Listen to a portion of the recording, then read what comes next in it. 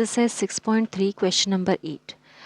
E is the point on the side AD produced of a parallelogram ABCD. अब इसमें कहीं पे भी ऐसा नहीं बोला है कि shown in figure, मतलब हमको फिगर गिवन नहीं है, ये ड्रॉ किया है. ठीक, तो देखो ABCD पैरेललोग्राम की बात हुई तो सबसे पहले हमने एक पैरेललोग्राम बना लिया जिसका नाम रख दिया ABCD. ठीक, अब इन्होंने बोला है कि E एक पॉइंट है, AD लाइन को अगर आप थोड़ा प्रोड्यूस करें आगे तक और एक पॉइंट आपने नाम दे दिया ई उसको, है ना. और ये बोला है कि जो बी ई लाइन है वो सी डी को इंटरसेक्ट कर रही है एफ पॉइंट पर.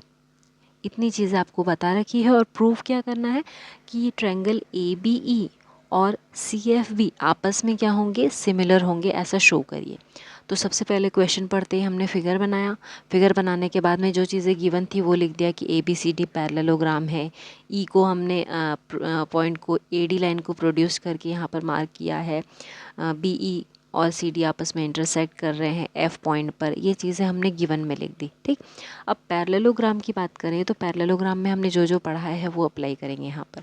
तो एंगल ए और सी क्यों इक्वल होंगे, क्योंकि ये अपोजिट एंगल्स हैं. अपोजिट एंगल्स हमेशा इक्वल रहते हैं. ठीक, पैरेललोग्राम में. तो ये हमने लिख दिया angle A equal to angle C. इसको इक्वेशन 1 नाम दे दिया कि आगे ज़रूरत पड़ेगी. ठीक, अब देख लेते हैं ट्रायंगल ए बी ई. ये रहा ट्रायंगल ए बी ई और सी एफ बी. इनको ही तो सिमिलर प्रूव करना है, तो अब इनको देखेंगे कि इनमें क्या क्या चीज़ें सेम आ रही हैं.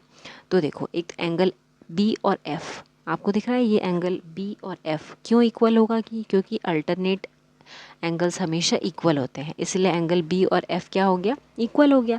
अब हमको पता है कि एंगल ए और सी भी इक्वल है. अभी हमने शो किया था प्रीवियसली कि अपोजिट एंगल्स जो होंगे पैरेललोग्राम के वो इक्वल होंगे.